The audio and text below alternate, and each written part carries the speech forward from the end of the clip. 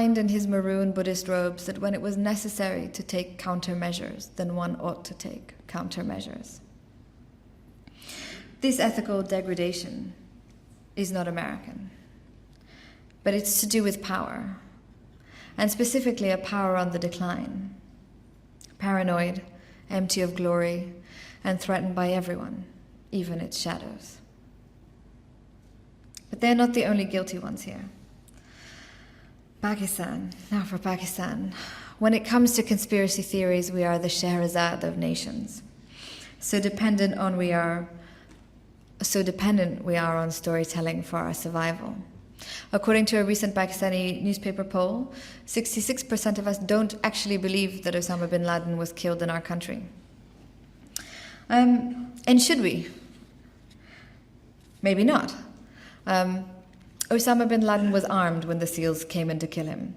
Osama bin Laden was unarmed when the SEALs came to kill him. One of his guards was armed. None of his guards was armed. He hid behind his 27-year-old Yemeni wife. He didn't hide behind his 27-year-old Yemeni wife. He lived in a multi-million-dollar mansion. It wasn't a multi-million-dollar mansion. It was a middle-class house. It had 18-foot high boundary walls. Every house in Pakistan has 18-foot high boundary walls. He was shot in the head. He was shot in the eye. He was buried at sea. We can't tell you which sea, but anyone on the Arabian coast shouldn't go near seafood for a while. We're 99.9% sure that the man we shot in Abbottabad and buried at sea was Osama bin Laden, American officials told the BBC. Foreign news anchors spent precious airtime devoted to the fact that the bin Laden compound did not have its garbage picked up, but had it burnt instead. They burnt their garbage, tight-necked presenters. That was my American accent, just in case you couldn't tell. Declared portentously. Except that there are no garbage collectors in South Asia. So if we do anything at all with garbage, that's what we do, we burn it. We're showing the pictures, we're not showing the pictures. We don't trot this stuff out as trophies, said President Obama. Not that it stopped them from showing us Uday and Qusay Hussein's dead bodies, Saddam Hussein being pulled out of a rat hole, or in fact Saddam Hussein's hanging. And maybe it's not our fault. It's not difficult to conspiracy theorize Osama bin Laden. He was made of the stuff. He had renal failure, but there were no dialysis machines at the compound. He hid in Kashmir. He led Chechen groups. He was an Arsenal fan. All bunk, it turns out. Don DeLillo wrote that a conspiracy is everything that ordinary life is not. It's the inside game, cold, sure, undistracted, and forever closed off to us. We are the flawed ones, the innocents, trying to make some rough sense of that daily jostle.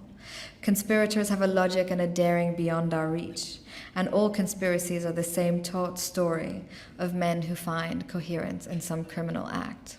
And we do this to an art form in Pakistan.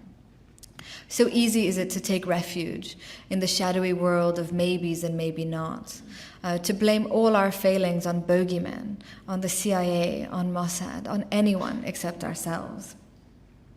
It saves us the trouble of confronting reality.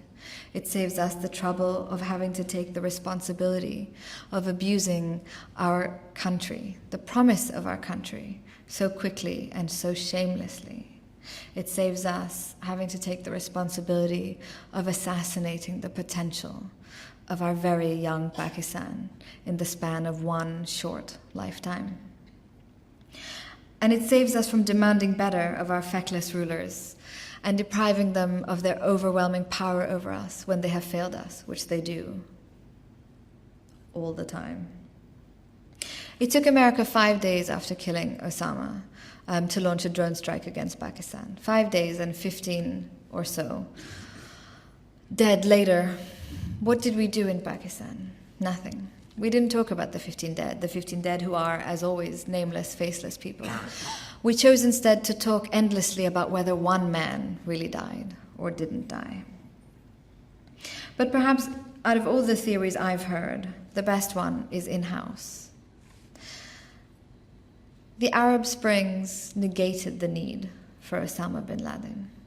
Something new is happening across the Middle East, and it has nothing to do with Al-Qaeda or with this towering zombie that has been manufactured for us as the source of all evil and all injustice.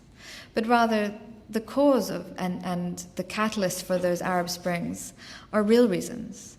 They are the crown princes of oil-rich states that the West and the world have supported for decades, and dictators of bygone eras.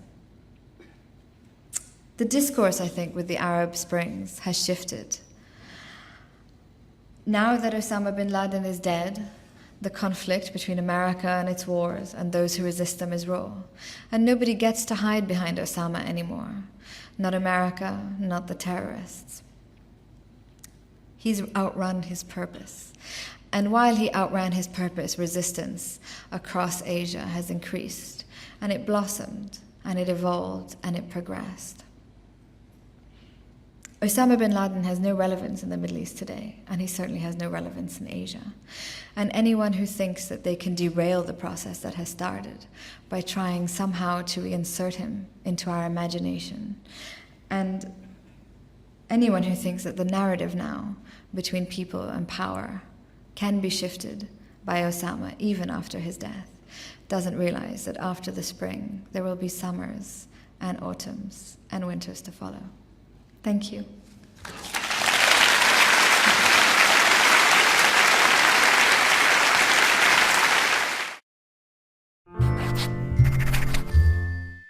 This is Big Ideas from the ABC.